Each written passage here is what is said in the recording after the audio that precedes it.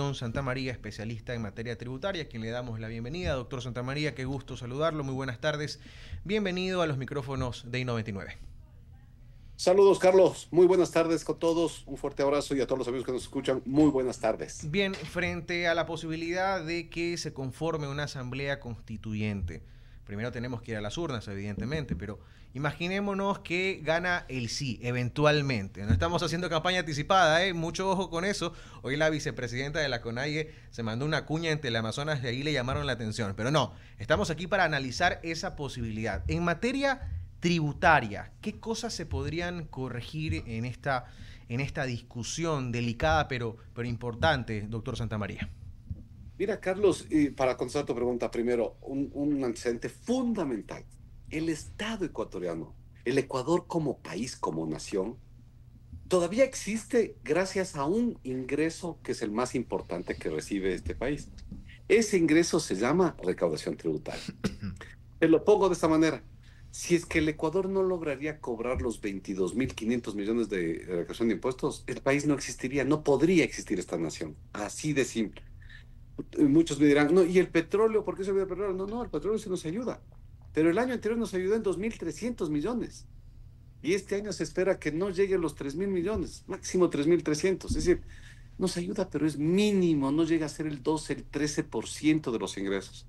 Y este país, si no es por tributos, regalías petroleras y mineras, no hay nada más.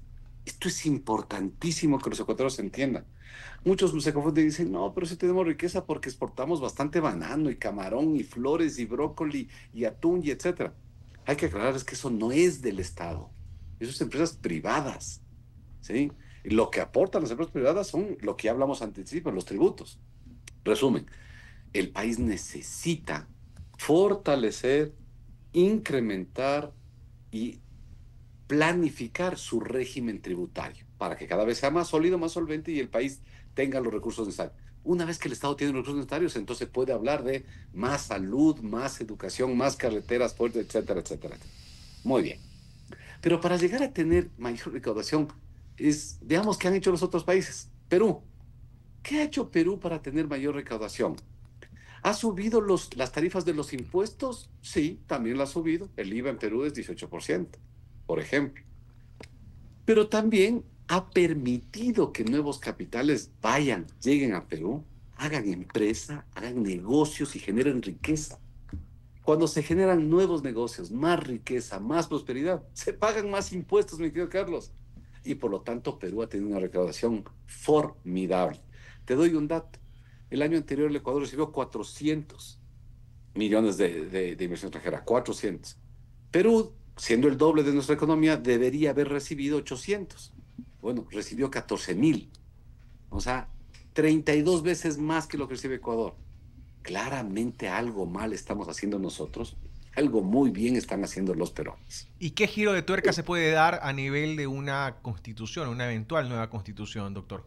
Muy bien. ¿Y por qué entonces no vienen al Ecuador? Porque hay que discutir los ecuatorianos seriamente, sin estas ideologías que le han dañado mucho al mundo y a América Latina y sobre todo a Ecuador, y hacer algunas cosas en la constitución del Ecuador. Por ejemplo, ¿qué?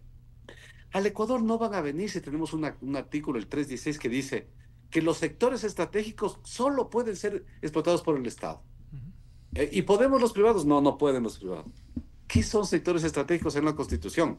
Es toda la energía eléctrica y por eso tenemos apagones, porque aquí no vinieron grandes industrias, grandes capitales a hacer generación hidroeléctrica, porque la Constitución lo prohíbe. Y tampoco tenemos grandes inversiones en procesamiento de agua, porque la Constitución también lo declaró un sector estratégico. Y también en transporte, y también refinamiento de crudo, y también el espectro radioeléctrico, y bueno, y así una cantidad de cosas. Mientras tengamos esa traba, los capitales del mundo no lo van a ver a Ecuador como un destino favorable.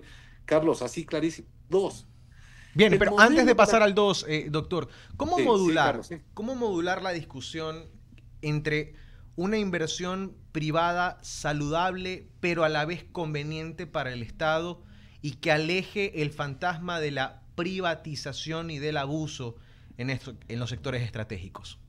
Es que eso, tú lo que has dicho es cómo modular para que la inversión privada sea fructífera, productiva y no sea abusiva. Punto. Así de claro y concreto lo está haciendo y está muy bien. Con un Estado fuerte, con un Estado sólido que controle. A ver, bien inversión extranjera, muy bien. Pero nosotros tenemos, Carlos, una superintendencia de control y poder de mercado. Ella tiene que ver, controlar, revisar técnica y profesionalmente que cuando fijen precios en los bienes y servicios no abusen, no tengan prácticas monopólicas o oligopólicas o de control de mercado. Para eso tenemos toda una superintendencia, Carlos y amigo. Ah, dos, para que nos paguen bien los impuestos. Y para eso tenemos otra institución que es el SRI. Ah, y que lleven muy bien la contabilidad, etcétera, para que se expresen bien los estados financieros. Por eso tenemos otra institución que se llama Super de Compañías. Y que le paguen a los trabajadores el 15% de todas las utilidades que les corresponde. Y tenemos otra institución que se llama Ministerio de Gobierno. Carlos, tenemos todas las instituciones de gobierno para que controlen adecuadamente. Esa es la tarea del Estado. Pero luego, en este punto uno que tú no lo entiendes, que es bueno, es dejemos que los capitales vengan, que sean atractivos, que sea atrayente el país y que se aterricen los capitales y se haga empresa. Pero ¿qué pasa? A veces nos llaman a los ecuatorianos a la zona y dicen, oigan, ¿quieren el petróleo del bloque ITT? Y decimos no. Entonces ahí sí no se entiende. Los ecuatorianos estamos en un país que está con problemas de recursos. No salimos adelante. Tenemos el petróleo bajo nuestros pies y cuando nos llaman a ver si queremos más petróleo, más riqueza, decimos que no. Y lo mismo con la minería en el Azuay o la minería en el noroccidente de Pichincha. Esto es lo que no está claro y un país así no puede desarrollar. Esto tenemos que dejar en cuestión. A ver, vamos a la minería, sí, y recibimos inversión extranjera, sí. Pero ¿saben qué? No en donde hay recargas hídricas, ¿sí? Todo lo que es protección del agua, ahí no puede haber minería. Perfecto, escribámoslo y ahí no. Y tampoco cielo abierto, porque cielo abierto también, perfecto, escribamos. Tampoco cielo abierto y a gran escala no podemos. Pero todo lo demás sí podemos, sí. Ah, perfecto, entonces todo lo demás. Estas son las reglas de juego que debe plantear el Ecuador, claramente. Dónde sí se puede hacer y dónde no. Y una vez que definido eso, invitar claramente a la inversión extranjera. Y dos, Carlos, solo para, te decía, hay otro segundo tema. Es tan anacrónico hasta el día de hoy el desarrollo económico del país, que sabes qué se hizo para desarrollar estos sectores disque estratégicos de la refinería del Pacífico que no existe, la refinería Esmeralda que es una desgracia, etcétera, empresas públicas. El Ecuador se llenó. La cuestión dice que para que se exploten esos áreas estratégicas se deben crear empresas públicas. Mira, con ejemplos más o menos te muestro qué pasó con las empresas públicas. Ecuador tenía una empresa de aviones y todos los que me escuchan lo habrán conocido, esa empresa de aviones. Se llamaba TAMI y teníamos avioncitos que iban a Quito, Guayaquil, Cuenca, etcétera, etcétera. ¿Y sabes qué pasó? Se la quebraron. La hurtaron tanto, la corrompieron tanto que ya no existe. La quebraron. 360 millones de dólares hemos perdido ahí en el último estado financiero de TAMI, ¿no? Una compañía que valía 400 millones, ahora nos produjo pérdidas, se comieron los 400 más 360 más. Pero lo mismo con Astinave, lo mismo con Flopec, lo mismo con etcétera, etcétera, etcétera. Claramente el Estado es un pésimo administrador de cosa pública y este modelo de empresas públicas ha sido fallido.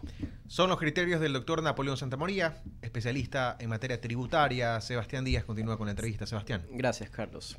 Estimado abogado Santamaría, quisiera preguntarle, usted como experto en temas tributarios, ¿qué deberíamos incluir en la Constitución? Porque si bien existen estos mecanismos, estas entidades de control financiera para detectar este dinero ilícito que entra a la banca privada o diferentes sectores, ¿qué podemos hacer para que este control sea totalmente efectivo y evitemos este blanqueamiento de dinero? Ya sea lavado de dinero, ya sea paraísos fiscales, evasión tributaria, todos estos, digamos, delitos que existen en el tema financiero, ¿cómo podemos reforzar estas medidas? Claramente que una de las estructuras fiscales de un país en desarrollo es que tenga una columna vertebral de gestión tributaria muy fuerte, muy potente, muy poderosa, entre otras cosas. Mira, yo sé que no nos vamos a comprar, pero te voy a poner como un ejemplo académico. ¿Cuál es la institución, una de las más fuertes que tienen los Estados Unidos de Norteamérica? Su Servicio de Rentas Internas, el IRS, ¿sí? El SRI. ¿Por qué? Porque esta se encarga no solo de diseñar una estructura fiscal, sino de gestionar su cobro. Fuertísimo, potente. Donde te encuentran que estás evadiendo o tratando de defraudar tributos, realmente el SRI en norteamericano va a ser tu peor pesadilla, tu enemigo acérrimo que va a buscarte y te va a cobrar. Cuando en el Ecuador tengamos una potente gestión tributaria en impuestos nacionales con nuestro SRI, así, las cosas cambiarán. Uno. Dos, en impuestos seccionales lo mismo, aduaneros. Mira, todos los que me escuchan podrán ver en las esquinas del Ecuador cigarrillos de todos los países del mundo, de Japón, China, de todos los lados. Todo ese cigarrillos son contrabando. Y no pudimos combatir el contrabando. Y sin embargo, a las tabacaleras locales les quebramos unos impuestos altísimos, que eran los impuestos a los consumos especiales. ¿Qué hizo estas tabacaleras? Dijeron, el Ecuador es un infierno fiscal, cierro la empresa, me voy, y se fueron, y ya no producen. Y ahora, cuando es lícito, apenas importamos estas marcas. Pero eso es poquísimo. La gran parte de los cigarrillos que se comercian en el Ecuador son contrabando. Nuevamente, otra institución que nos ha fallado y nos ha fallado sustancialmente es la SENAE. Pero en la Constitución tiene que armar esta estructura que digamos, a ver, los impuestos, las grandes cajas que tiene un país, no el Ecuador, todos los países, primero, y los impuestos nacionales, el SRI. Segundo, mi querido Sebastián, la seguridad social, que es un sistema de parafiscalidad. Allá tú, yo y todos los que nos escuchan aportamos nuestros fondos de reserva al aporte patronal, personal, etcétera. Y esos son 11.500 millones anuales. Tercero, lo que hemos hablado de la SENAE, que más o menos recauda 1.200, 1.300 millones. Y cuarto, los municipios, 222 municipios. Escucha la cifra, mi querido Sebastián, 222 municipios que están recaudando hoy más o menos 8.100 millones de impuestos seccionales, patente 1.5, alcabala, registro, hay un montón de cosas más. Bueno, súmate todo eso y más o menos todas esas cajas están representando 45.000 millones de dólares todos los años, todos los años. ¿Dónde está la plata? Bueno, no tenemos un sistema de rendición de cuentas. La Constitución debería prever un sistema de rendición de cuentas. Todos los impuestos que pagamos los quiteños en Quito y los guayaquileños en Guayaquil y etcétera, ¿dónde está? ¿En qué obra? ¿En qué servicio? Todos los años deberían mandarnos una rendición de cuentas. ¿Dónde están los aportes que hemos hecho a las ciudades? Lo mismo, la rendición de cuentas, pero seria y formal de aduanas, lo mismo de los impuestos nacionales. Ahí está uno de los grandes cambios que el país necesita, un sistema tributario sólido, solvente. Quizá en la Constitución modular algo que el Ecuador ha abusado. Primero, no excesivas reformas tributarias. El Ecuador todos los años hace reforma tributaria. Los que juegan fútbol, ¿qué tal que hoy día sea la regla de que jueguen 11-11 y mañana, el próximo año, ya solo 9 y después que les quiten el arco y que ya no esté en el centro, sino en la esquina? ¿Qué es esto? Todos los años cambiando las reglas de juego. Bueno, ese es el derecho tributario ecuatoriano. Todos los años tenemos una reforma tributaria y cambiamos las reglas de juego. Y peor aún, nos hemos mal acostumbrado a que cada 2 años haya una amnistía tributaria. Es decir, estas leyes donde pagan el capital y ya está, y tranquilo, no me pagan los intereses y ya estás bien. Y ha sido un mal ejemplo total. Mira, todo eso tiene que quedar normado en artículos perfectamente y sencillamente elaborados en la Constitución. ¿Cómo es nuestro régimen tributario? ¿Cuándo se puede reformar? ¿Cuántas veces? ¿Y cuántos permisos de amnistía se permiten en la nación cada década? Ya está, todo claro, todo transparente y no al albur, no a estos desarrollos aventurados que hemos tenido en el país los últimos 50 años, ¿no? Sí, así es, estimado abogado. Ojalá que todos esos artículos sean incluidos para tener un sistema tributario que sea progresivo y que con todos esos tributos se puedan financiar los sectores más importantes y delicados de este país. Continúa la entrevista, Jorge Escobar. Gracias, Sebastián. Napoleón, ¿cómo le va? Qué gusto saludarlo. Bienvenido. Hola, mi querido Jorge. Buen día, buenas tardes, perdón, saludos a ti. Muy bien. Lo vi disfrutando un poco de café, creo, ¿no? Hace un momento. Claro, ya sabes. Dichoso usted. Dichoso usted. usted. Comienza a bajar el clima capitalino, así que un café es básico. Total. Bueno, Napoleón, pero fíjese que la estructura tributaria también tendría que ser analizada a partir de esta nueva constitución, o al menos su orientación, ¿no? Y lo que yo quería plantear es si finalmente nos hemos dado cuenta que el país depende del ingreso del dólar por 4 fuentes específicas: impuestos, ingresos de las exportaciones, particularmente del petróleo, luego tenemos el financiamiento externo y finalmente los envíos de los migrantes, aunque eso esté un poco caído gracias a Mr. Trump. Pero el asunto es que debería haber una orientación distinta, ¿no? Pasar de una política tributaria fiscalista a una de incentivos. Algo se ha hecho en este gobierno, pero ¿no se supone que la lógica es generar más incentivos, bajar impuestos para mover el consumo y así multiplicar consecuentemente los ingresos tributarios? ¿O me equivoco? Definitivamente, Jorge. O sea, el régimen tributario que debe, la filosofía del régimen tributario es, en un Estado de Derecho, una vez que llegamos a un pacto social, por medio de los cuales los ciudadanos ponemos una constitución para que nos rija en estas normas de convivencia y para que este Estado nos ayude a satisfacer cosas que los privados nunca van a hacer. Por ejemplo, educación pública en primaria. ¿Van a hacer los privados? No, no es. ¿Por qué? Porque no es negocio. Eso no, nadie quiere meterse. Entonces ahí tiene que estar la mano del Estado. Dos, justicia. Eso no le podemos dar nunca a la empresa privada, nunca en la vida. Por lo tanto, ahí está el Estado. Seguridad interna, es decir, la Policía Nacional, eso es el Estado. Seguridad externa, el Ejército, eso es el Estado. Salud, la salud, tiene que ser administrada, manejada y regentada por el Estado. Mira, 4 o 5 áreas claves estratégicas del Estado. Pero para que funcione, como bien lo has dicho, tiene que tener recursos. Muy bien. ¿Qué es lo que pasa con el país? Que como el Estado se ha vuelto tan grande y coge tantas cosas, el Estado ecuatoriano es petrolero, tiene Petroecuador, pésimo administrador, lleno de robos, de hurtos, de asaltos, de estafas a los fondos de los ecuatorianos. No ha quebrado esa compañía porque el sector petrolero siempre ha sido generoso, en todo el mundo. Si no, si hubiera sido no tan generoso, ya estuviera quebrado. Pero entonces, como se le dio tantas atribuciones, mucho del recaudo nacional se va en ese gasto ineficiente, en ese gasto que no ayuda a generar otras virtudes. Comparémonos, claro que hay una diferencia abismal, pero comparémonos con los nórdicos cuando ellos dicen, ellos tienen una presión fiscal, o sea, una recaudación de impuestos más o menos del 53% sobre el total de los ingresos, pero el 60% de lo que recaudan los nórdicos se destina ¿a qué? No a controlar a los privados, no a sancionarlos, no, sino a darles asistencia técnica. El Estado les brinda asistencia técnica. Con las universidades hacen investigación y desarrollo.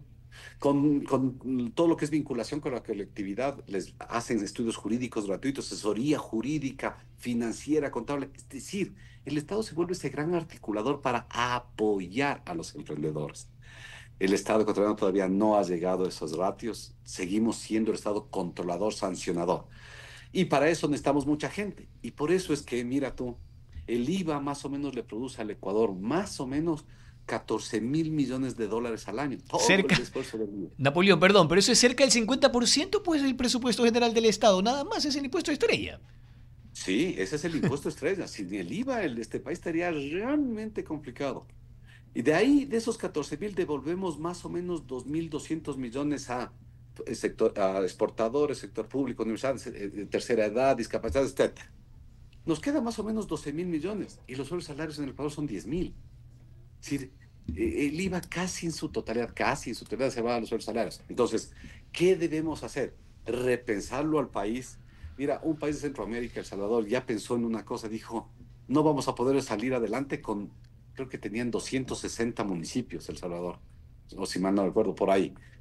Pero yo digo lo mismo de Ecuador, no vamos a poder salir con 222 alcaldes. Entonces necesitamos 222 alcaldes, 222 consejos cantonales con los ediles, desde luego, con la asesoría jurídica, con el director financiero, con la recaudación tributaria, con la secretaria, etcétera. 222 mini burocracias en el país. ¿Cuánta plata perdemos como país en eso? Bueno, los 8.100 millones que te decía que recaudamos en impuestos subnacionales. Esto hay que repensarle al país, ¿no? Guayas, cojo la linda provincia de Guayas. Ahí tenemos 25 cantones, si mal no recuerdo. Y a veces digo, no es que debemos eliminar, debemos fortalecer cantones. Quizá el cantón X y el Y, en vez de que sean cantones pequeños y que no aporten al desarrollo de sus localidades, fusiónense, creen las regiones, las mancomunidades, que están en la Constitución, por cierto, sean más fuertes, más sólidos, gasten menos y destinen más recursos al gasto de inversión. Resumen, si el país cambia su visión y más recaudo nacional va al gasto de inversión, a la obra pública me refiero, y menos al gasto corriente, a los salarios, al gasto administrativo, etcétera, ese país o esa ciudad o esa provincia va por buen derrotero, va Napoleón. invirtiendo de mejor manera sus recursos. Sí, tenemos 2 minutos porque ya se nos agota el tiempo. Napoleón, usted bien citaba a los países nórdicos, ¿no? Noruega, Suecia, Finlandia, Islandia, Dinamarca, que aplican el keynesianismo, pues, ¿no? Que el Estado sea, de alguna forma, también el proveedor de capacitación en el sector privado y lo propio a nivel de créditos y demás. Pero parecería que nos quedamos anclados con el marxismo en esa línea, Napoleón, y probablemente allí hay una punta de lanza de cara a una eventual instalación de una constituyente. Buena reflexión, ¿no? Los países nórdicos no son un ejemplo de socialismo ni nada que se le parezca. Una economía de libre mercado, pero con un Estado sólido, solvente, orientador, aportador. Es decir, un verdadero Estado. El Estado ha sido creado para eso, para que sea este eje motor del desarrollo de esa sociedad, de esa nación. ¿Sí? Muchos se confunden y dicen, es que el socialismo nórdico, no, eso no es socialismo, es libre mercado. Ahí lo que impera son las reglas del mercado. Lo que se ha confundido en el Ecuador, y aquí quizá tu reflexión es buenísima en ese sentido, en que esto es como haber inoculado en el cerebro de muchos ecuatorianos algunos temas, ¿no? El tema del bono, ¿sí? Mira, el bono de desarrollo humano en el Ecuador es la mejor muestra de que el país no sale adelante. Yo algún día quisiera ver que sale una noticia y dice, ya hemos quitado el bono a 100.000 personas porque ya tienen sueldo. Sí. Genial. Eso es que el país está creciendo. Eso es que el país está desarrollándose. Ya no necesitamos subsidiar con bonos a la pobreza o esconder la pobreza extrema con un bono, sino que hemos tenido los talentos de generar nuevas inversiones, atraer capitales, hacer empresa, y esas empresas han generado empleo. Y como han generado empleo, las personas que hoy están en pobreza y pobreza extrema, por cierto, el 36% de los ecuatorianos, han pasado a tener un empleo y entonces hemos reducido la partida de subsidio. Esto es lo que hay que cambiar. Aquí en el Ecuador decimos, ojalá subsidiemos a más gente. No, ojalá subsidiemos a menos, porque la gran mayoría se está pasando a tener un empleo digno, un salario, seguridad social, etcétera. Estas son las cosas que hay que cambiar. Y entre esas, te dejo para el tintero, quizá en las próximas conversaciones, mi querido Jorge, el tema de contrato por horas. Somos uno de los pocos países de América Latina que no permite tener contrato por horas. Esto es insostenible. Arbitraje internacional. Seguimos siendo un país que no permite el arbitraje internacional respecto de las inversiones que hacen compañías del exterior en el Ecuador. Bueno, y así un conjunto de cosas que se han inoculado lastimosamente en los ecuatorianos, pero que yo aspiro y deseo que esta constitución sea ese espacio para debate, para dialogar sobre esto y repensarle al país. Como está el país, no va a salir adelante, tenemos que repensarle en un camino de desarrollo, mi querido Jorge. Sí, definitivamente. Y salir de esa dicotomía, ¿no? Entre un crecimiento económico utópico y la demagogia. Por lo general se decantan por la segunda, los gobiernos de turno. Es más fácil Ojalá que y no. sobre todo los mantienen el poder. Gracias a Napoleón por sus aportes siempre muy acertados. Son las 18:03. Wendy. Gracias. Gracias, mi querido Jorge, a Napoleón también por haber estado con nosotros aquí en el diálogo de la tarde. Son las 18:02. Antes de abrir el espacio a los mensajes publicitarios, recordarles que